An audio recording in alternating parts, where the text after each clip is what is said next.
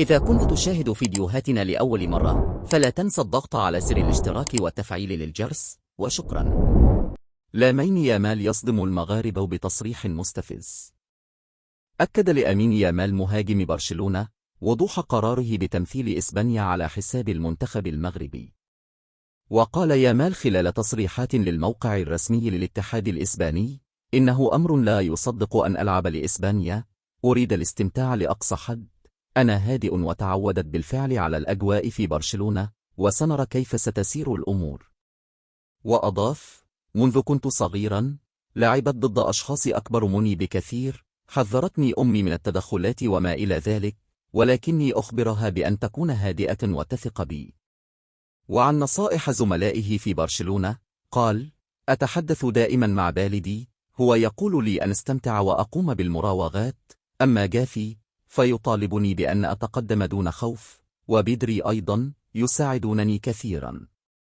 وحول أكثر لاعب سعيد باللعب معه في المنتخب أجاب: هم جميعا مذهلون، ولكني أحب أسينسيو كثيرا.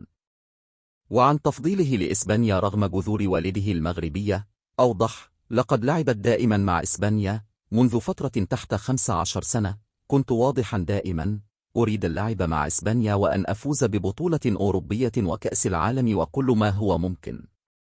والتقى المنتخبان المغربي والإسباني في 8 نهائي مونديال قطر الماضي، ونجح أسود الأطلس في التفوق والإطاحة بالماتادور. وأكمل المنتخب المغربي مشواره في البطولة بشكل مبهر، واحتل المركز الرابع بنهاية المطاف.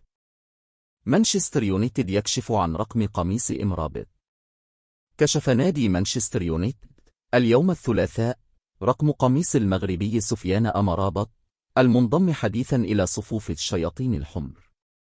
وكان أمرابط انضم إلى مانشستر يونايتد على سبيل الإعارة لمدة موسم من فيورنتينا مقابل رسوم تبلغ 8.5 مليون جنيه استرليني، مع وجود بند شراء للشياطين الحمر لجعل البيع نهائيا في الصيف المقبل مقابل 21.5 مليون جنيه استرليني.